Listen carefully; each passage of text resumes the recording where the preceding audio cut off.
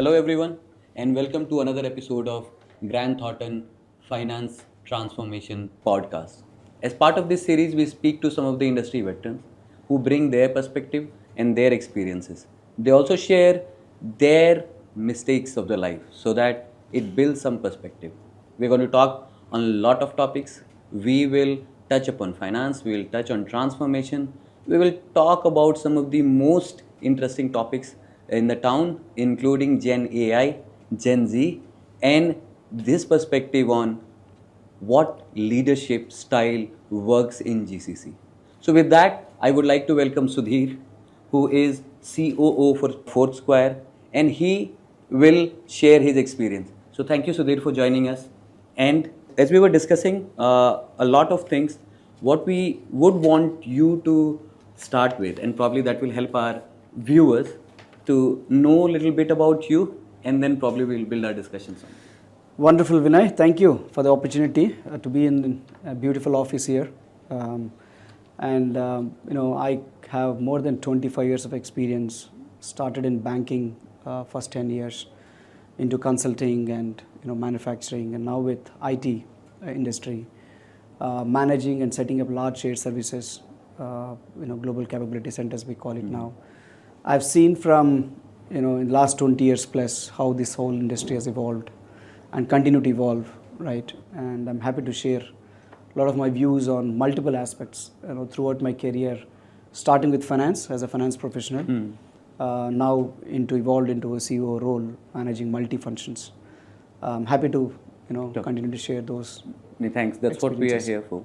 So, Sudhir, maybe what we will start building on. There are a lot of things happening in this discussion. Will be in many facets. We don't want to, take a particular flow. But maybe when I was talking to you, and I found it very interesting that somebody who started his career with some of the consulting firm, you worked with a large financial MNC company, then you took a move, you took a lot of risks in your career. So do you want to just share your perspective? Because typically what I see, people don't take that risk. They don't want to change their career. So any views on them? I think that will be a good starting point for us. So one mantra in my life, Vinay, is that I see life as a continuous learning. And with that learning motive, I always done roles which I have not done in the past. So I did my Master Black Belt in Six Sigma, I did my PMP certification, which typically a finance professional doesn't, right? Because my focus was always into enhancing the skill, be a continuous learner, do things you have not done before, and that will also give you a lot of kick, right? Unless you take risks, there is no learning. That's how I've seen my career so far. Starting from a finance professional, I did these certifications, not to just only have a certificate in my hand, but also how do I use that knowledge in real implementation, real execution. Because the learning will strengthen when you execute something what you learned. Not just running around and behind and accumulating your certificates. That was never a motto. So that is how I was able to take those challenging roles, and that learning helped me more thorough professional. So this is quite interesting. So you took some of the risk. You did something which normal finance person would never do. So this journey of because throughout your career, I think you have been with consulting companies, and then you were with GCC throughout your career. So do you see that has helped you to one, contribute at excellence, and then when you continued that journey from few companies to starting up something absolutely small as GCC, and then you have seen it growing from I think 15-member team to almost 1,500-member team. Yeah. So did this move somehow allowed you to think and have that confidence that if you make a move and take right steps in the right direction, things will come to you? Absolutely, Vinay. So I think as I mentioned, what is more important is when you're building experience, the real experience comes from doing, right? And my focus was always into looking at things, which is that, can I create something in this organization? Can I contribute something different in this organization? And that gives me a lot of confidence, right? And also in every organizational role you're working, you pick up a new skills. So for example, initially 10 years I was banking, and you all know that how banking industry works. It's all top down, right? Someone will give a strategy and then you go and execute. Where consulting is all about partnerships. Consulting is all about collaboration. Consulting is all about the persistency, how you keep on, pushing things to happen. So throughout this journey, I was learning different skills, picking up the art of, also strengthening the communication, the relationship building. These are the things which really helped me in, growing, not only personally me as an individual, but also the growth in the organizations where I'm part of. So this brings me a very exciting point. What you mentioned, one is domain. So everyone with finance background, they you can command over it. You learn things on your ground. But you mentioned some of the softer areas, leadership skills, risk management skills, conversation skills, communication, and then how do you contribute in the goal of the organization, and that brings the difference. So, do you think people in GCC at this moment, because we talk to a lot of people, we see them, I think they all start their journey, and then after a certain point they see a plateau in their career. What will be your advice to such people? See, GCC is as a concept, because every organization, and GCC is part of that enterprise, right? When you have to look at different organizations I'm working, first thing you have to assess as a GCC is what is the culture of the organization. Doesn't matter what experience and what accolades you have in the past. When you join an organization and setting up a GCC, you need to understand what kind of culture that organization brings, how that organization is dynamics work. Typically, in my experience, I categorize various organizations in 3 categories. There are organizations which work like a rock. Anything you want to change is very, very difficult, right? The big rocks moving is very difficult. There is a second type of organization which is work like an pebbles. They move much faster. And the third category of organization is sand. Things will happen like now, like yesterday, right? So when you're taking up this GCC leader role, you need to understand what kind of dynamic organization I've joined. What is the culture of the organization? Accordingly, you need to have your strategies as a leader. Assuming someone who has moved an organization culture of a rock, things move slow, decision making is slow, you need a lot of push, all the sponsorship and other things, versus a GCC of that organization. When you move to a pebble or a sand, then the expectations from you as an individual and leader is very, very different. Very different. And other way around too.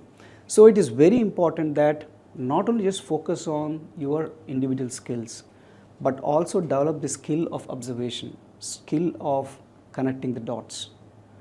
And then who are the influencers in the organizations? Who are the right people you need to bring on your side? And be persistent with it, but also be patient. Because things will never change overnight in a GCC.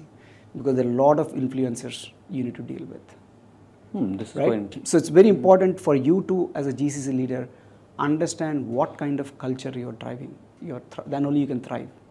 If you don't understand the drivers and don't understand this categorization which I explained, you can't thrive. So any organization I joined, the GCCs, the number of GCCs I was able to set up successfully is because when I joined the organization, the first thing I always do is assess the culture and take the right sponsors, but also share your strategy boldly. That is very important, because when you as a leader as GCC, if you don't have a vision, if you don't have a strategy, how do you ensure that other people will buy into it? Most of the time GCC leaders will happen is they actually try to follow what the stakeholders are saying, but you also have to have a viewpoint and then come to a middle path to build that right strategy. And that's how the GCC is a magic, I would say. And here you touched upon various factors, and most of them are quite relevant. So you talked about you understand the culture of the organization.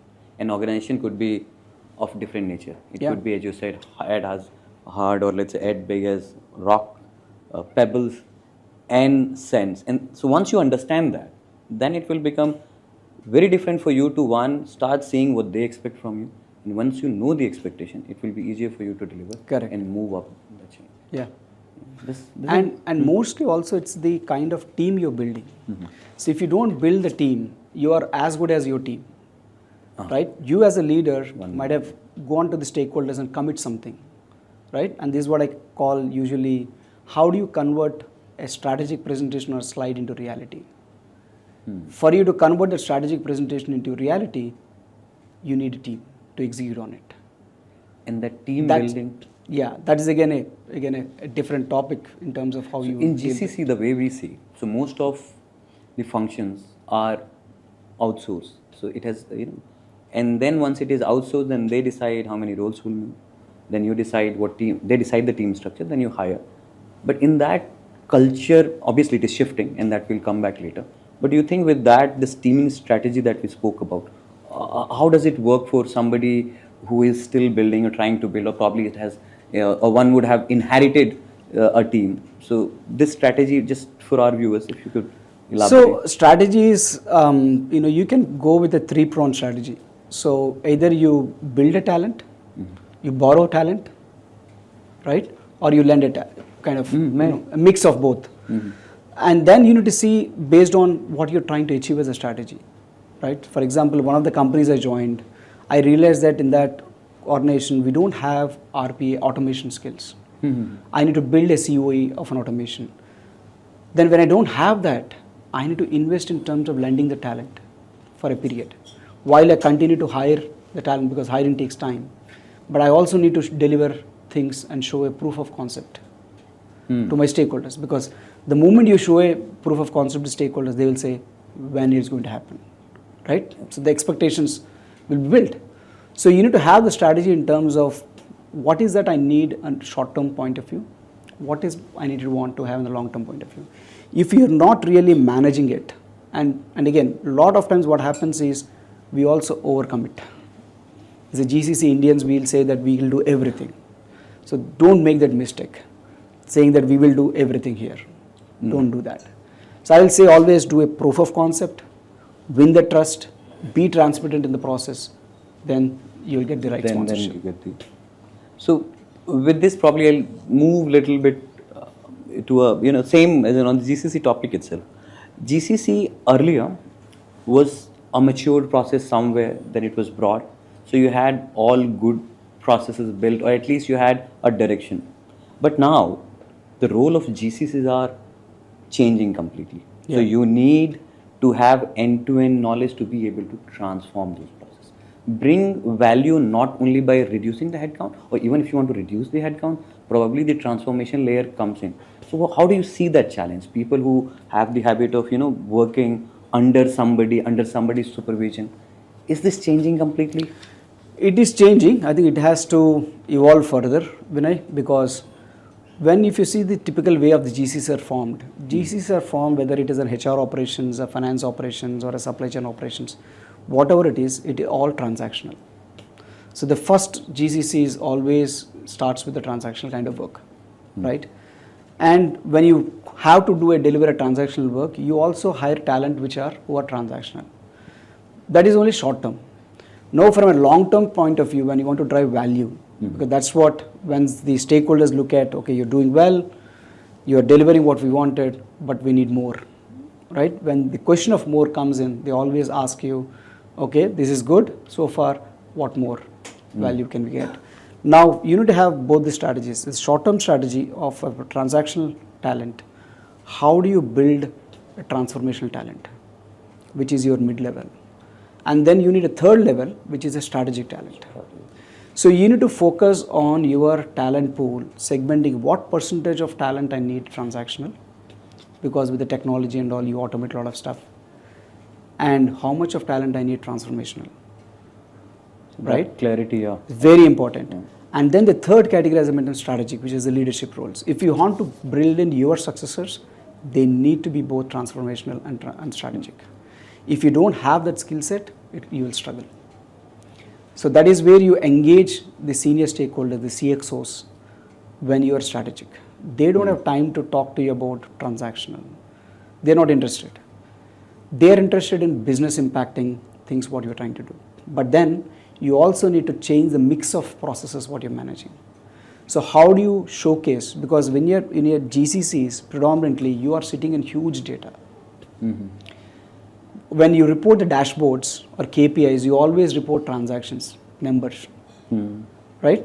Volumes, quality, TAT. No one is interested in looking at those dashboards because most of the shared service dashboards are green.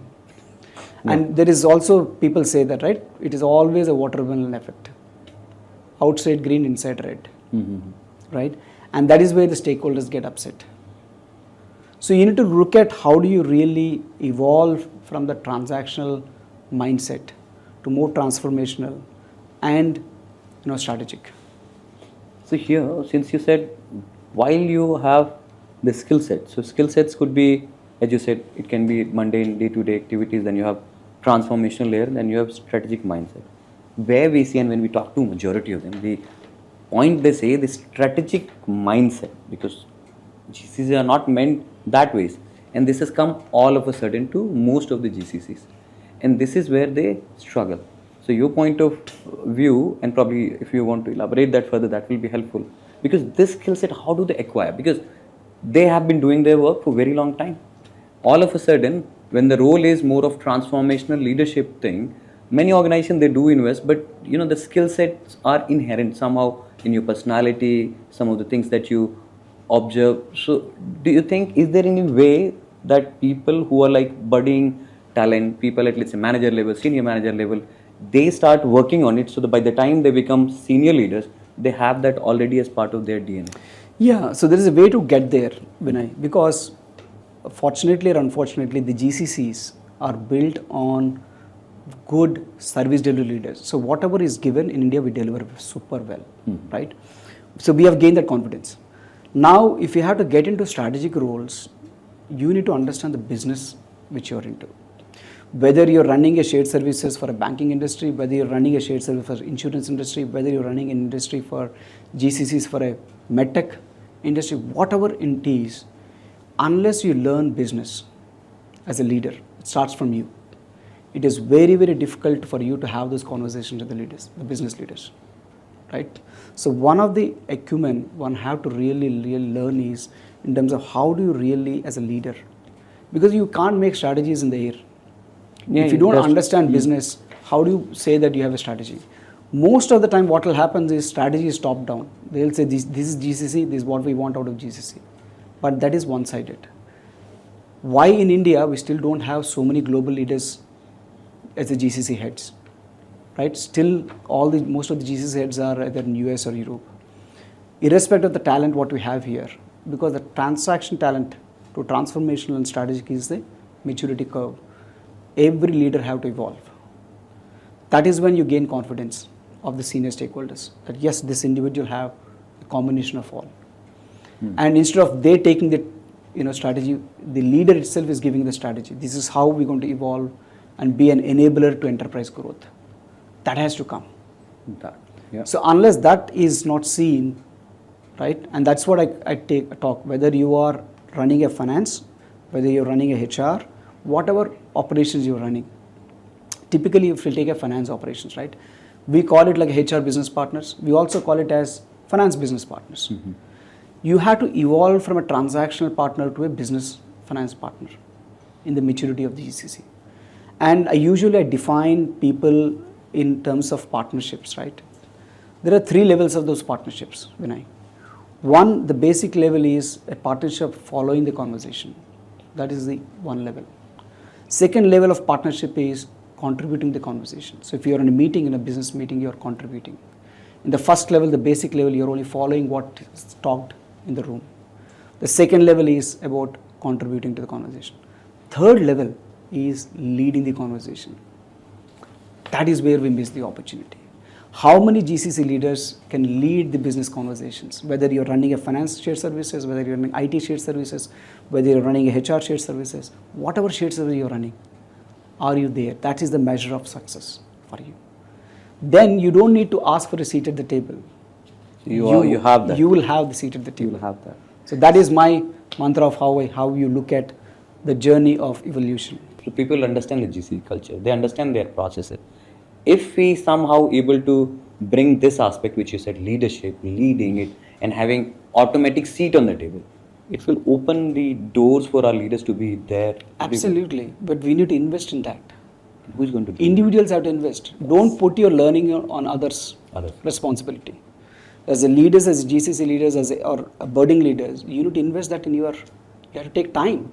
So it is all about that limited time, how much your time is going in spending time with your team, how much you are investing in your own learning, and how much of your time you're spending with the customers and stakeholders. That is in your hand. Right? So that's how you have to evolve as a leader. How much you're taking time to know what the business challenges are. And this is a good takeaway. So people have to be serious on their learning. Yeah. So it's their responsibility. Correct. They should not leave it only to the organization. Now we will, from this leadership topic, because a lot of our people, they see this for finance transformation. Yeah. And finance transformation, the moment this word comes in, there is a lot of attachment to technology piece. So people think transformation means bring a technology and that will ensure transformation. So from GCC perspective, maybe from your perspective, do you want to just elaborate a bit more? For you, finance transformation, is it just the technology or is it beyond technology? So transformation to me is never about technology. Transformation is a combination of three important aspects. And the three aspects are the technology, obviously, the people, and the policies. Okay, let me elaborate a bit. When you're driving a transformation, whether you call it finance, whatever transformation you do, right? And to me, a transformation is like building a bullet train. Okay, now what does a bullet train means? You can have the best technology as a bullet train, but if you don't have the two tracks, the people and policies, strengthened, your bullet train can't run fast. I'll give some of my finance transformation experiences, okay, because that would be interest to the audience. When you're running on want to transform, for example, an accounts payable process, typical transactional process, you want to automate, you want to drive a lot of things. 80% of time you invest on what technology to be chosen. Yeah. Versus doing a homework of what is your people readiness, what is the organization readiness, what kind of policies you have. Because, and that is where I also tell people that whenever you're doing a transformation, don't think about a short-term success. We run transformation as a project. Yeah. Once the project is done, again it's back to normal. So look at project management or transformation as a kind of a BAU in your organization. When you are implementing a tool, for example, we are implementing a tool which is automating your invoice processing, right? And we want to bring in the best technology, for example, Ariba, right? So you implement the tool. After implementing the tool also, there's a lot of noise in the organization. Why? You're not really prepared the people to submit the invoices in a certain way. Because at the end of the day, accounts payable all about the vendors receiving payments as committed, right? Now, vendors doesn't have any clue. You say that internally I have implemented a fantastic tool. Two things never changed. Why? The behaviors of the people. Because typically what will happen in our organization as a vendor, they send to the invoice to the person who have given the contract. Now, usually, typically people being people, they keep those invoices in the drawers. After 30 days or 40 days when the vendor calls up, Then they pick up. they pick up and then give to the accounts payable team and say that, oh, it's urgent. Yeah. Right? These things typically happen. Nothing too wrong with the technology. But what you didn't address is the people aspect and how the process should work. Assuming that you change that process where you say that all the vendors are communicated saying that centrally you scan to this email box and you can see your invoice where it is. Look at how you are changing the vendor experience. That is called a long-term view. Similarly, you, as much of finance transformation you want to do, you only focus on assuming process and then people and the technology. If you don't look at your policies, right, are you going back and asking vendors, what is my number of days of pay? You have to look at policies. Most of the companies, they don't look at the policies for years, 15 years, 20 years. But the world has changed. And on top of it, you're bringing the best in technology and then you'll figure out Nothing changed. So you need to look at, when you look at transformation, my whole point is look at all dimensions. That is the effectiveness of a transformation. If not, if you're only worried about what technology is to bring to the organization, that will not solve your problem. Because I keep on telling people that it is very difficult to understand people, it is easy to understand technology. Yeah, it still reminds me, we were having a discussion with somebody who leads another center of 10,000 people. And his point was, what you lay out as you rightly called, process or policy, if your process and policies are well set up, at least you have got a clean process. Correct. On top of it, if you bring technology, if you bring all your new cutting edge pieces, then they will make sense. Correct. But if you're wrong at the foundational level, things are going to fall apart. Correct. Absolutely. That's what I keep telling people, that when you're talking about transformation, technology is the enabler, but the people are running the technology. So we need to be very, very careful. How do you really factor in the people readiness, the policy readiness, and also your stakeholders? So connected to this point, there is a lot on artificial intelligence. Yeah. AI all around. When Gen AI came, I think it is up top of the tongue. Read anything, there will be something or the other on Gen AI. And the biggest hit which finance professionals are worried about, that what will happen to their role. Because predominantly their work is more of transaction processing. Now to an extent they have got decision support, decision analysis work, but 70 to 80% of the work is that only. And do you think this fear of losing job, which is there in the finance community, is this tangible? Is AI advanced, mature enough to reach to the point which can replace most of the finance people as part of its transformation agenda? Absolutely, Vinay, because somewhere I read that people with Gen AI skills will take the jobs of people without Gen AI skills, right? So it is important that how you are evaluating yourself and upskilling yourself is very, very important. Gone are the days where you will just say that I'm only a functional expert. You need to be a techno-functional these days, right? That's the other reason I shifted into a tech company, because a lot more things are happening. And unfortunately, if you look at the speed of change of a technology versus speed of upskilling of a human being, there's a huge gap. Yeah. So unless that speed of the gap is reduced, it is very, very difficult to catch with the scenario. And that fear will continue to stay in people's mind. I agree. Because this we are realizing. So when we were looking at product development or new application development, either in finance or non-finance world, earlier it used to be multi-year program. Yeah. And because of low code, no code platform, where you type something, at least a prototype can come in few hours. Correct. So there are days, and in fact, this is what we see at least top tech companies.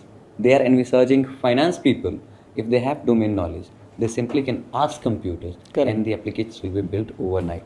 That is exactly where the finance people have to focus on. For example, lot of GCCs have huge data they're sitting on because they process a lot of transactions, right? But very few invest in analyzing the data, take time to analyze the data and provide insights to the business. Most of the dashboards and reports are more of a transactional data which we submit, which none of the stakeholders are interested in, right? Yeah. If you can analyze the data and say, how is my days payable looking like? How do I improve that? How am I improving my working capital? How are my AR, revenue losses, I'm fixing it?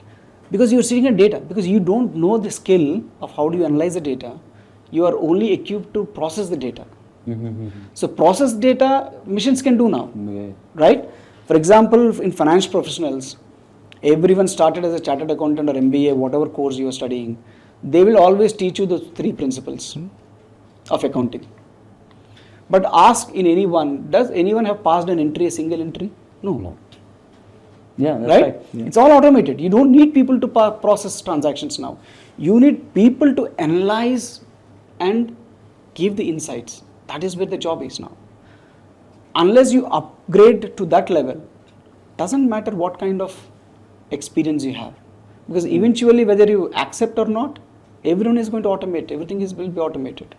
to an extent possible. The technology is good, it's evolving, but it's evolving.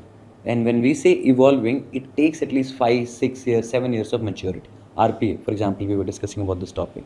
RPA came in, and then people started figuring out what to do with the technology.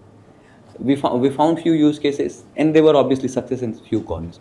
But this entire journey was 7 to 8 years.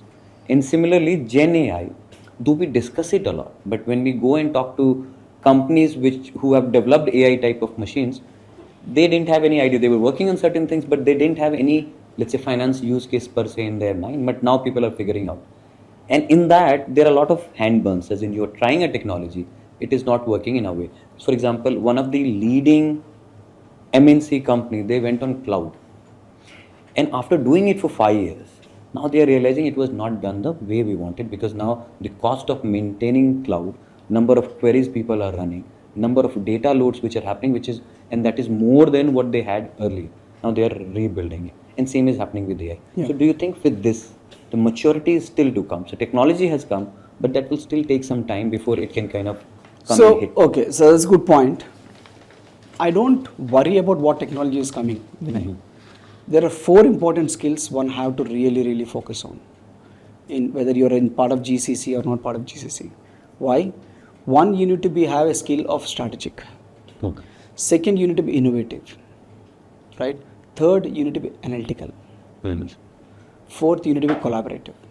These skills will never go irrespective of the technology you bring. Yes. I'll give you an example. As I mentioned, you are a finance guy, you know business, you understand data and all, right? Doesn't matter what technology is. If you don't know how to analyze things, what insights do you provide?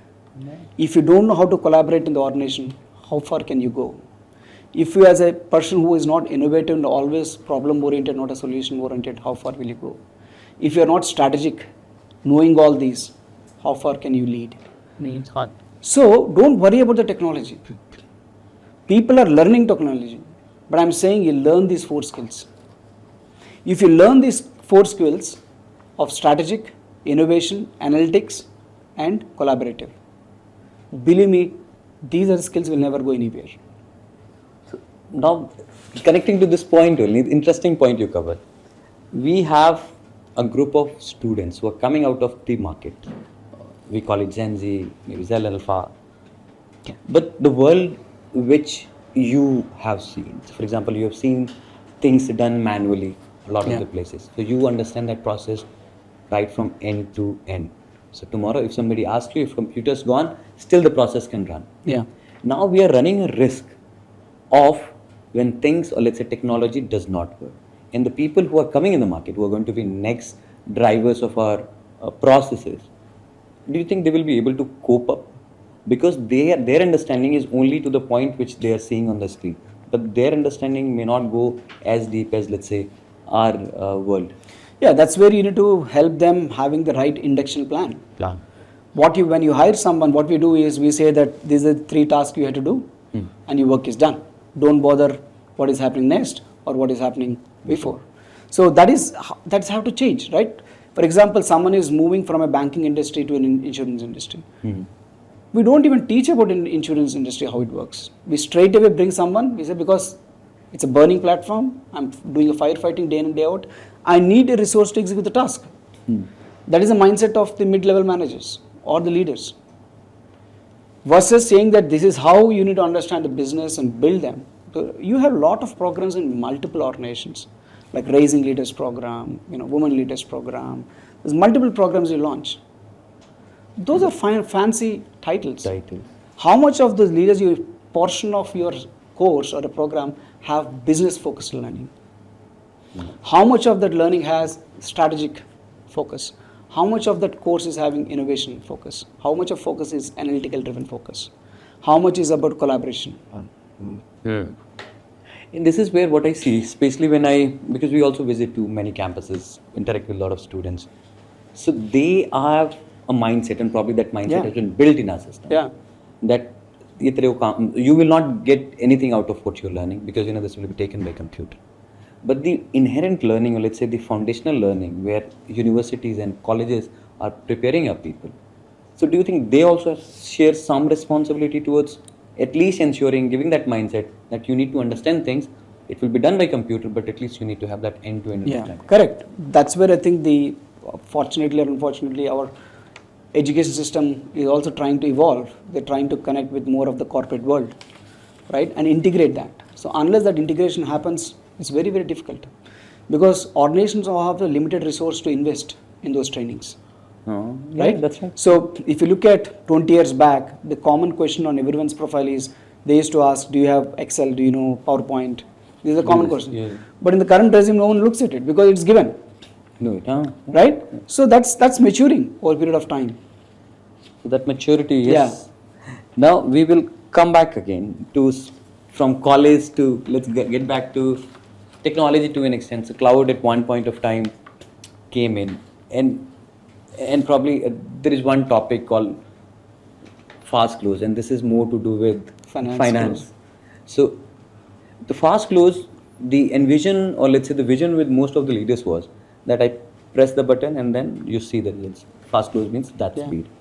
And that speed, from whatever that we gather in terms of our computing abilities and our transactional pieces, how it translates from one layer to another layer, and then finally it lands into an annual report. It has its own time, its own bandwidth.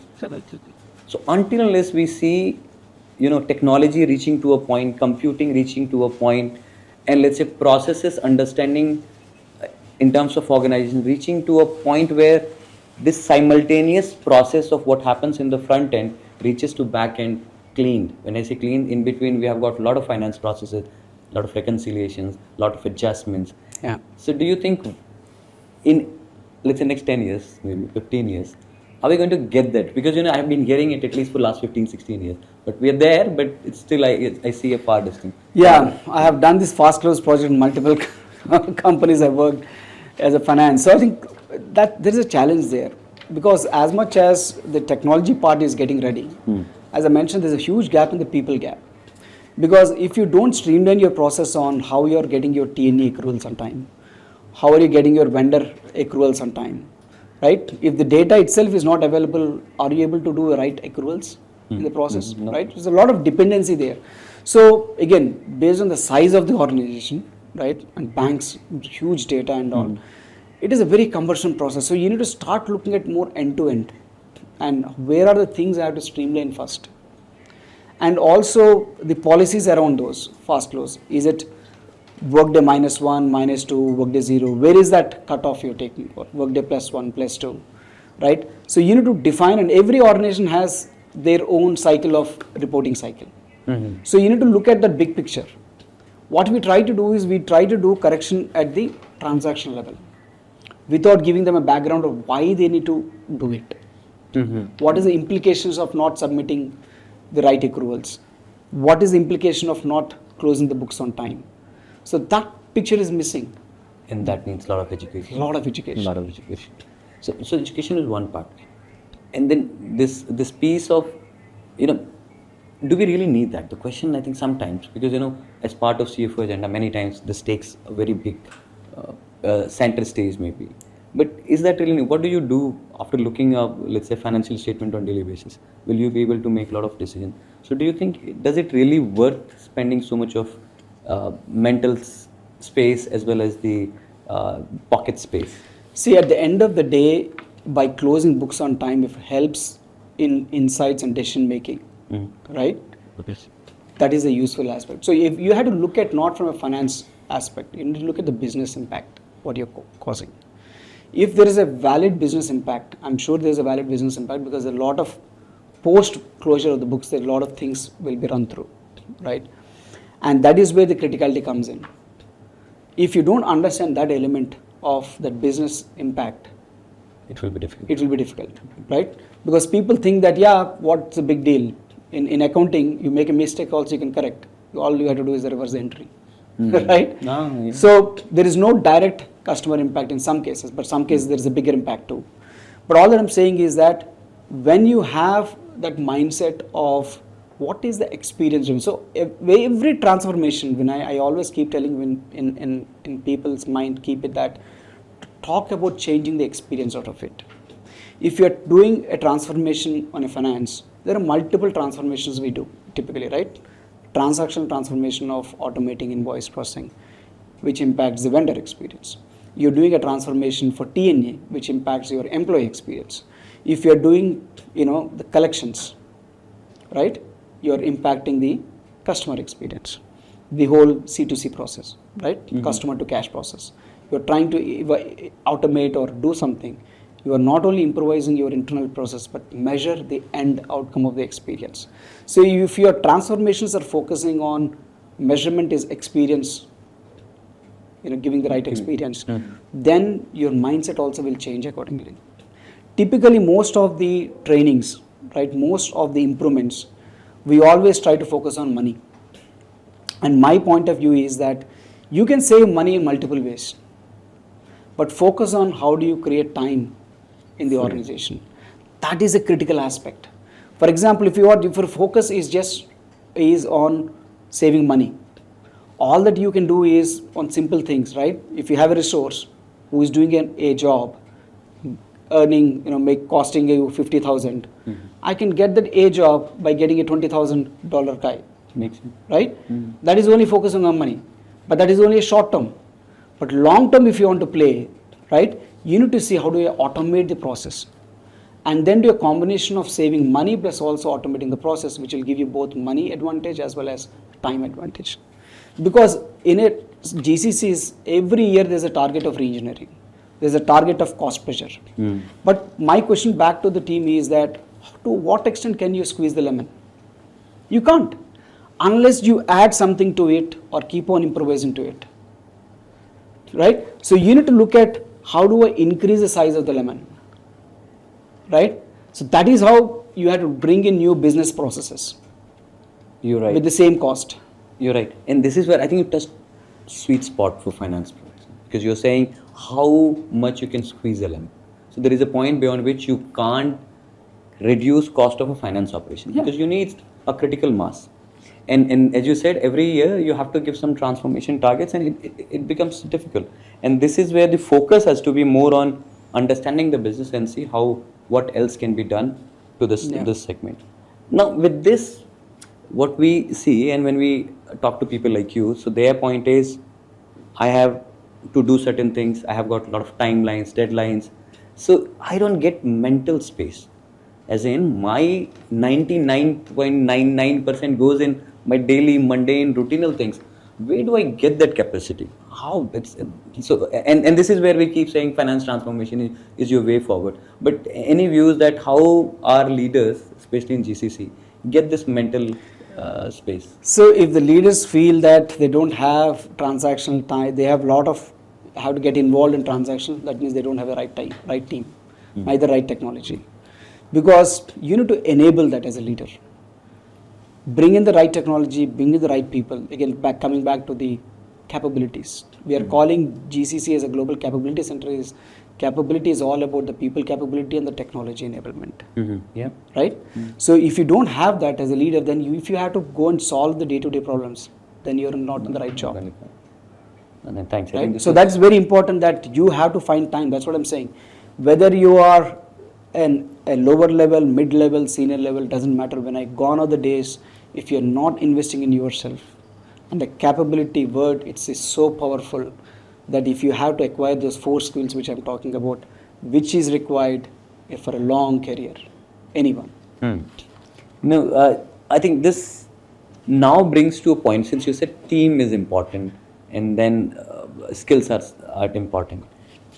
With post-COVID, we have seen talents jumping very quickly, and it has become very difficult, especially in GCC world, to retain your talent at the same cost. So cost pressures are rising, and then your team members are moving. And because people are working from home, team engagement, as you highlighted in some of our previous discussion, is becoming difficult. So what is the way to handle this talent piece, team piece, with all these dynamics around? Unfortunately, there is no one single answer, Vinay. That's If not, people could have gone figure out right now. I think it's all about, giving them, if you look at the new generation, they're looking for meaningful work. They don't like doing transactional work. Right? So as an organization, if you don't evolve the quality of work, it is very difficult to retain. Point number 1. Second, they are also coming with work-life balance as the priority. Now, if you have to give them a work-life balance, you need to automate your processes. If you have to retain a good talent, you need to give them meaningful projects. So how do you find meaningful projects? When you don't have a meaningful project, how do you give them? So you need to have more of global view as a GCC leader. You need to know what is happening in the organization. How do you take help from the stakeholders to get a meaningful work? How do you showcase the value? Stop reporting transactional dashboards.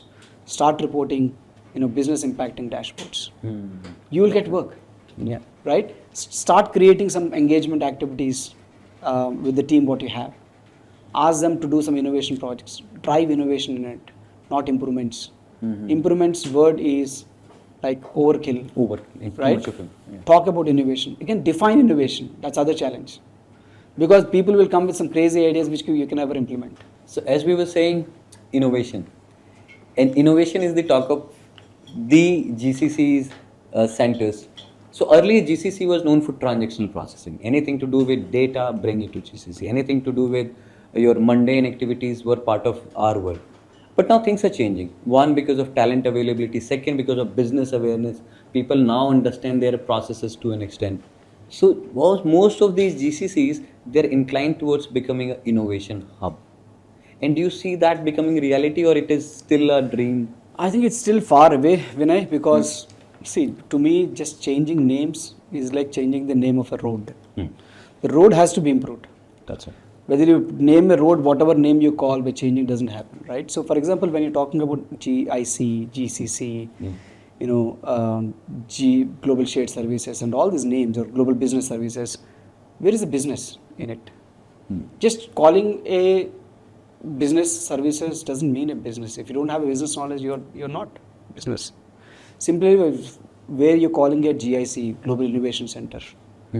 What is the innovation you're trying to do? At what level it is? Are you doing a product innovation? Are you part of a product innovation? Are you part of, a transformational innovation? Are you doing some customer innovation? What is it you're doing? Define that. Because innovation is so generic word, it is misused. Do you partner with your commercial teams in innovating something new? Are you partnering with the R&D to innovate those products? That's right. So define that scope. That's what I'm saying. As long as you move away from a transaction, because transaction, how much do you innovate there? You can't innovate much. You can automate through those small innovations. So the delta which I'm talking about in innovation, when you talk about delta, innovation is all about creating the delta. Right? So how do you move from an improvements to innovation? That is where you need to focus. And find, because there is no one formula which will help every GCC to adopt. Because you are working as a GCC as a subset of the larger organization. As I mentioned, you also need to understand how do you drive innovation in different organizations. Because every organization have a set of way of doing things. Right? Especially if you are in a medtech company, you are highly regulated. You can't make changes. Banking, highly regulated. Can't make many changes. Right? So you need to know which part of industry you are and how do you play around to create that innovation. One, culture, right? Culturally, are you an innovating company? There are companies who will say that innovation is one of my values. Like the way people say integrity is a part of the culture, right? So do you say that? Do you articulate why innovation matters? Do you have your reward and recognition program on innovations, not improvements? Innovative right? ideas. Recognize people. So you're driving a culture. So you need to look at multiple aspects of innovation, driving innovation.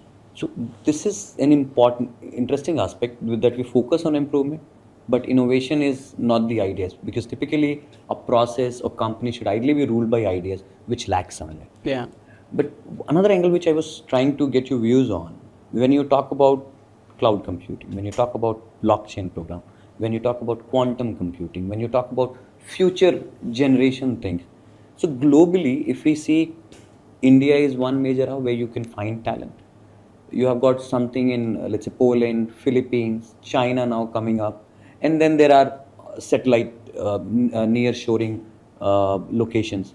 But when you come to India, so you find these skills in abundance. And this is where some of these larger strategic initiatives has got a big space from India, and people are contributing a lot from India. And from that perspective, now we are part of those innovations as well. That's what I was trying to come in. And what is you? Yeah, so for example, cloud, right? Not many companies are interested in going on cloud because of data security or whatever reasons, right? Because the regulations of the industry. So you need to be very careful in terms of what you're trying to do, because GCC is still a kind of an enabler for most of the organizations. It is never the forefront of it, right? Very few companies have reached there, of stage where GCC is part of the strategy. Pillar for an organization, right? So because you are still playing a more of a support function for a larger enterprise, not as a core function, right? So unless that changes, you can't innovate, because you are running a transactional process. What innovation can you drive there? You can only automate and small improvements you can do, unless you change the mix of what you are handling, right? There are GCCs I know who does everything. For example, there are companies who are into retail, large retail, and we have large GCCs who manage retail. So there are GCCs who design the whole retail setup. They design everything, right? That means they are doing a lot of business-facing activities. So unless your mix of activities or transactions, what you do in GCCs changes, innovation you can't bring in. You're right. I think we're part of that skills share, but we are not. We have a part skill, of that. right? But are we selling enough? Are we overselling it sometimes? Right? So we need to balance it out in terms of where you stand as a GCC maturity, because every company have a different level of maturity of GCCs. Maybe I'm deviating a bit, but whenever I talk about, so we talk about Indian-centric businesses, and they have their own talent. And then you have a GCC set of talent who understand things of what they do. But do you think that, let's say in Indian eco space, you don't see that movement much? So people in GCCs, they typically spend, I think at least 98% of the people, they spend their time in GCCs. And then similarly, people who are in Indian space, they spend their time in Indian space. So do you think there can be some potential if there is some mind shift, as in people start thinking that why don't we leverage people from Indian ecospace, because they understand some of these things from different perspective, the business point of view. Business point of view, and then you have got people who understand scale perspective, because the scale for GCCs is obviously lacking, or probably is there, but not in many pockets. Do you think that will help? That will help, because so unless, as I mentioned at the beginning, unless individuals learn what business they are into, right? Then they also should do those business roles. So if you are a finance guy doing a transactional finance, why don't you find a role in business? Work there for some time and then bring that knowledge, right? So in very few companies, you have a very strong job rotations between GCC and the core business roles. So that has to be, again, how the organization dynamics work. Not every company are interested, or the individuals are not interested also coming into GCCs who are in business first, and vice versa, right? Because they look at comfort mostly, things right? Completely different. And sometimes genuinely also they have, a location constraint of not moving into different location. So with the various aspects, but at the end of the day, if you also have to mature as an innovation center, you need to be closely working with the business. If that connect doesn't exist, you can't do much, is my sense, right? And that is how I see it in terms of weightage of business is very, very high for a GCC to really mature. Because just having a skills and competencies doesn't matter. May not, right? May not. So you need other ecosystem in the organization to uplift and help. No, completely agree. So and there is always a potential, but you say there are a lot of factors which affect the decision. So I think you have discussed on this. Now where I want to move probably is what lies ahead for most of the finance center leads, finance sector, or as CFO, or let's say finance lead. Things like ESG, more greener, a lot of things will change. There is focus on integrated reporting. A lot of focus is now going on newer age technologies, such as blockchain and others. So for a CFO who is, somewhat comfortable with what they're doing right now, these things are going to disrupt things completely. So do you think one is from readiness perspective, and second, from the CFO's challenges perspective, how things are going to unfold in next Yeah, I mean they can look at a lot of things, right? ESG is mandated now. Every organization have to report, right? And for sure there will be the goals for the organization. We are working for. So as a GCC, we can look at owning it, not just reporting it, driving out of this, which means we are creating the visibility for the talent in the GCC. So that's how you should look at creating a dashboard and reporting and analyzing, right? How well we are doing on each of those, three elements. So it is very, very important that take the opportunity, take a lead, right? What we always wait is to wait for someone to give us work and then we deliver. I'm saying you take lead, go and have the conversation, build the talent accordingly, right? And I always say that it's important that too, as a leader, you need to be a courageous leader. Courageous part. If you're not courageous leader, you can't push things forward. Always, if you're worried about, oh, I need this, I need to do this, this is my job. No, you need to think beyond that and become more strategic and courageous in those conversations. And this is somewhat I see as part of our I think I should not say ask, but most of our cases we are given things to accept. For example, when you're schooling, you accept your teachers the way they run things. You accept your parents the way they tell you to do things. But never have the culture of asking a lot of questions and asking course correction, putting your view forth. So this part is always, it part of our culture? It has to change, and it is changing, believe me. So there are smart people who now ask questions, right? Earlier GCCs, like you post a transaction, they'll post. These are the supports you post. They don't ask. Even though they realize that is wrong, they don't ask. They hesitate. Now that is changing, given the maturity and the knowledge. Again, that question will come when you are knowledgeable, right? So that is how you need to build and evolve, right? Again, sometimes some people are hesitant to ask. Some people are, proactive in asking or clarifying or get clarification. But as a leader, you need to be encouraging that more. Right? That's how you'll take the lead as a GCC in the organization. Be courageous, yeah. Because some of these courage-related aspect, if it is missing as a leader, then organizations don't move. Yeah, they just fall completely away.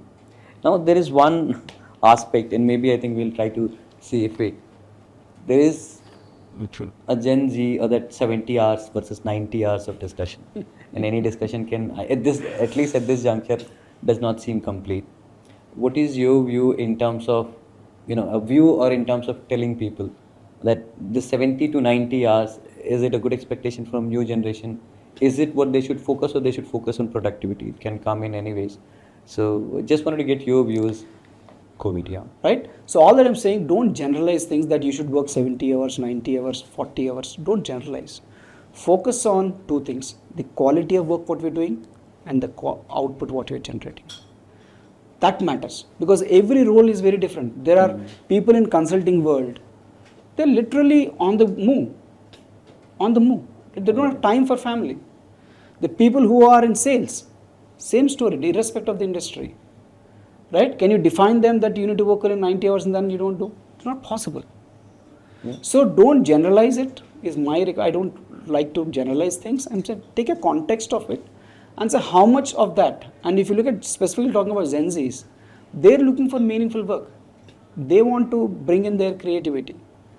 Right? If you give a person who is working for 20 years doing that work, might take 5 hours or 2 hours, but Gen Zs can come and smartly do things. So it is all about hard work and smart work, but you need both at a blend. Right? So I'm not a big fan of defining that work. I'm saying each one of our mature individuals think what roles you are doing, because every role demands. For example, if you are in a IT company where you have a timeline and deadline, you can't. Yeah, you can't. Can you define and say that 90 hours is done, then the project I'll stop? It's not practically possible. So I think that's how I think we should look at in generic sense. There are multiple ways to not to really generalize things, but I would say take a context of the industry you're operating out of, like hotel industry. How many hours do they work? Long hours for long them, hours, right? So we need to contextualize that and see what is the best work-life balance you can give, because it's not only just making money as a business, right? It is also about the human health. Human health, mental health. Mental health, the physical environment, what you're providing. It is not about building a nice fancy office, but Yeah. do you have the right culture in that fancy building? Organization. So that is how I think we need to balance it out. That's how I look at it. And I think you have shared your perspective on a lot of areas. Right from GCC, finance, you went into some of the very detailed aspects of finance. Then we spoke about the way leadership should evolve. We talked about Gen Z. We talked about some of the most interesting Yeah, aspects, such as yeah. cloud computing. Yeah. So I think this brings, I think listeners would have got a lot from you. And so I would like to say thank you for your time and sharing your valuable views. And I think from your career, what you have given as in your knowledge that shared, I think that will help a lot of people who will be seeing this podcast. The pleasure is always mine. Vinay, thank you for inviting me for your amazing office and this conversation. I thoroughly Yes. enjoyed. I hope there's always learning, which we can learn from each one of us and all generations. I would say Yeah, yeah. so. Learning can from all generations. So not differentiating generations, but it's also about how we think more meaningfully and do things more meaningful work. And take care of ourselves. That's very important. If you're not taking care of ourselves, you can't take care of your team, you can't take care of your family. I think that's how I think the clarity of thought is very, very important. That's how will come from out of learning and experiences. So I think you touched upon, maybe I want to highlight clarity of thought. Yeah. So anything that anyone does, unless someone is very clear with what is the end goal, at least from that perspective, I think you should not delegate. You should not, come to any conclusion, and that should be the main message for anybody who is on that leadership journey.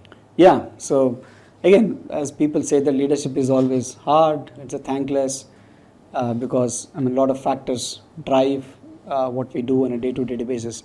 But as long as we are transparent, as long as we are creating the right culture, demonstrating the right behaviors, I think we can always make a difference. Thanks for that. Very good. Thank you.